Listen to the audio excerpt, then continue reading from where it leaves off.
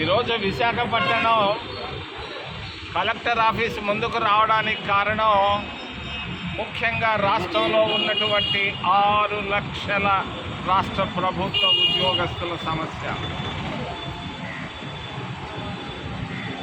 6 లక్షల మంది రాష్ట్ర ప్రభుత్వ ఉద్యోగస్తులు ఈరోజు కష్టాల్లో ఉన్నారు. రాష్ట్ర ప్రభుత్వ ఉద్యోగస్తులు అప్పుల్లో ఉన్నారు. 2 రూపాయలు 3 రూపాయలకు వడ్డీకి అప్పులు తెచ్చుకొని బిడ్డలు చదివిస్తున్నారు.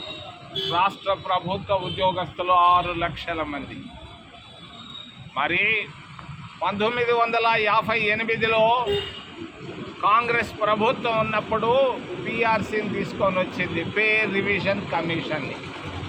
ఈ పే రివిజన్ కమిషన్ అనేది 5 సంవత్సరాలకు ఒక్కసారి ఉండాలి, జరపాలి.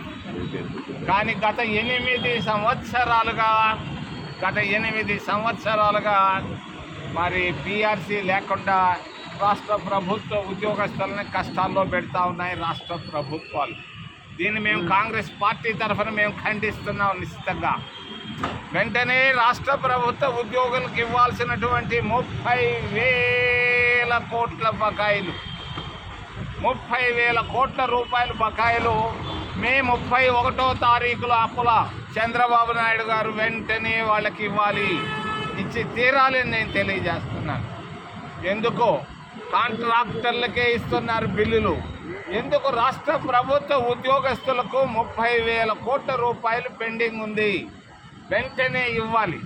4 డిఏలు పెండింగ్ ఉంది వాళ్ళకి. మరి వాళ్ళ కష్టాలు నష్టాలు ఇబ్బందులు కన్నీళ్లను గుర్తించి వెంటనే రాష్ట్ర ప్రభుత్వం పిఆర్సీని రేపు రాబోయేటువంటి రాష్ట్ర క్యాబినెట్లో పెట్టి వెంటనే వాళ్ళకి పిఆర్సీ అపాయింట్ చేయాలని మేము కాంగ్రెస్ పార్టీ తరఫున మేము డిమాండ్ చేస్తున్నాం. రెండో విషయం, జర్నలిస్టు సొంత చంద్రబాబు నాయుడు గారి జిల్లాలోనే నిన్న మర్డర్ చేయడం జరిగింది. ఎలా ఉందో ప్రజాస్వామ్యాన్ని మనం ఒకసారి ఆలోచించక తప్పదు. జరిగినటువంటి నష్టానికి కష్టానికి ఆ జర్నలిస్టు కుటుంబానికి 25 లక్షల రూపాయలు ఎక్స్‌గ్రేషియో ప్రకటించాలని నేను రాష్ట్ర ముఖ్యమంత్రి గారిని డిమాండ్ చేస్తున్నా. మరి డీజిల్ కొరత చాలామందికి తెలియదు. డీజిల్ కొరత ఎందుకు వచ్చాయి, గంటలు వేడి ఎందుకు వచ్చింది కూడా చాలామందికి తెలియదు. డీజిల్ కొరతకు బాధ్యత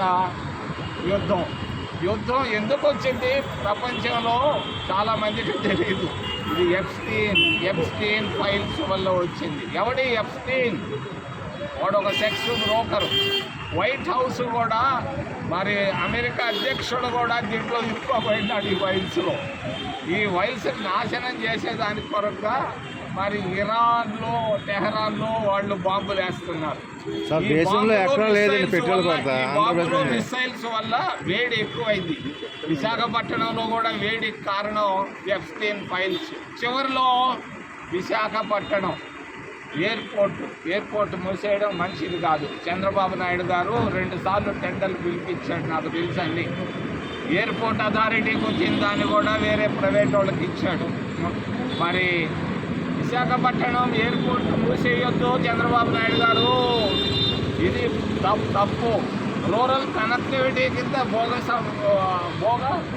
భోగాపురం వచ్చేది, అది ఉండి ఇది ఉండి, కానీ దీన్ని మూసేసి ఆడబెడతానంటే కుదరదు. దీన్ని మేము కాంగ్రెస్ పార్టీ తరఫున ఖండిస్తూ, విశాఖపట్నం స్టీల్ ప్లాంట్ ఏమైంది, ఎందుకు క్యాబినెట్లో మరి మోడీ అన్నీ మాట్లాడుతున్నాడు, పనికిరాని విషయాలన్నీ మాట్లాడుతున్నాడు. విశాఖపట్నం స్టీల్ ప్లాంట్ నేను ప్రైవేటైజ్ చేయనని మోడీ నోట్లో నుంచి రావాలి తెలియజేస్తూ, ఏదైనా ప్రశ్నలు ఉంటే అడగమని మిమ్మల్ని చేతులు ఎత్తి ప్రార్థిస్తున్నాను.